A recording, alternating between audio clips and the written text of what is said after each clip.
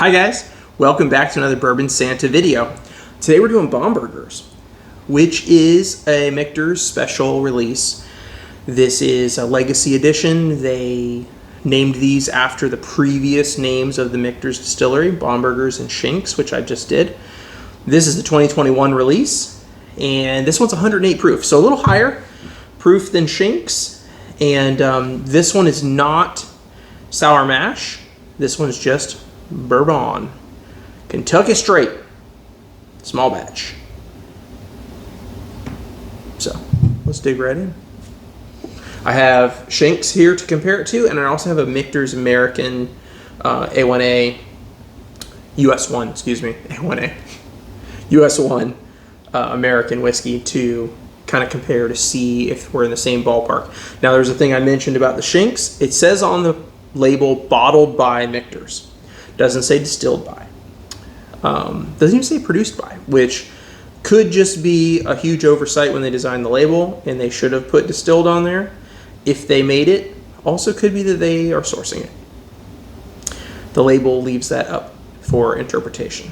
And from what I read online, I could not find where it specifically says that they distilled this juice. So is it Michter's? Is it not? I don't know. I don't like ambiguity like that. I would rather know. I'd rather know if it's sourced. I'd rather know if they make it. I don't care if it's sourced as long as it's good. So let's see. Let's nose. Nice. This and Shinks are very similar. This being just a little higher proof, because see, this one is that 108 proof and Shinks is 91 proof. So a good 5% difference. It's making a big difference on the nose. This is reminding me a little bit of Woodford Double Oaked on the nose. Very rich oak, very sweet oak.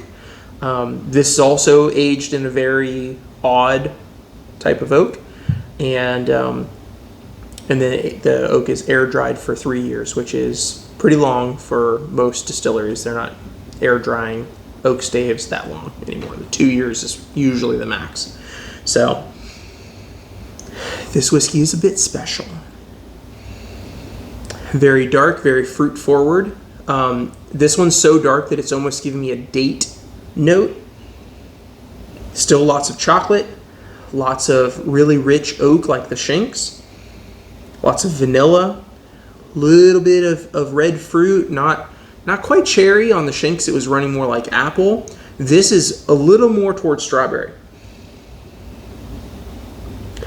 That ribbon of rye is there. It's a little more pronounced in this bottle. Let's taste.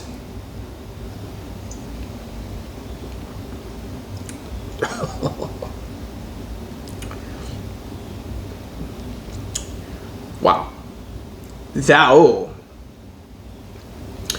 That hits you with more than one wave on the palate. There's the initial flavors, and then a second wave of flavors crests in your mouth. Very mouth-watering. Very nice. The rye kind of tickles across your tongue. The darker, richer flavors are around the edges of your tongue. And then it goes into this gorgeous oak on the finish. Let's try that right again. We went through the turnstiles and through the cattle section, and let's get right back on the roller coaster. Nobody else is in line. Nobody else is here. Just me. I get to get off, walk right back on. Best way to ride roller coasters. Let's go.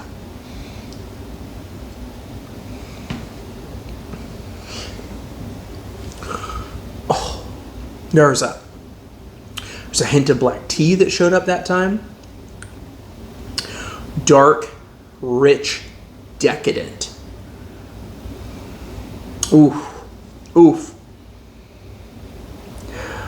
Okay, so I have Shinks here, and let's just nose A-B these real quick. Oh, Bomberger's richer, thicker. This comes across thinner when comparing them. This comes across with a more strung out rye note. This comes across a denser rye note. Denser oak. Dense. Oh, wow. Okay.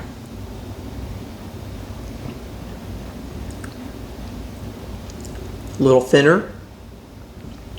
Could just be the proof difference. These could be, I mean, they're advertising the Shinks as a sour mash, and this they're not advertising as a sour mash. So they are probably different, but they're so close that I could almost say the only difference is the proof point. They're very similar.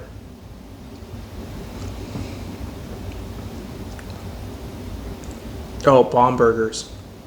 Bombergers takes the cake. I'm not even going to bother with the Michter's American. Bombergers is better to me than Shinks. Shinks is wonderful. They're both special edition whiskeys. They're both about the same price, no matter what price you find them for. I was able to get a hold of these two for $85 each, which is real close to retail. I've seen them as high as $150 each. I would not pay $150 for these, now having had them. So, would I pay $85 again for these? I probably would for the Bombergers. The Bombergers being higher proof, just a little more dense, a little more flavor packed. I probably would buy Bombergers again, but I would probably go ahead and skip Shinks. Now, if I was a little newer to bourbon and didn't, like high proof whiskey, maybe I'd go Shinks. It's up to your flavor profile, but for me personally, I would probably buy Bombergers again. Definitely. It's delicious. Good job, Michter's. Whether you made it or not, don't matter. It's good whiskey. Until next time, thanks for watching, guys. Have a great day.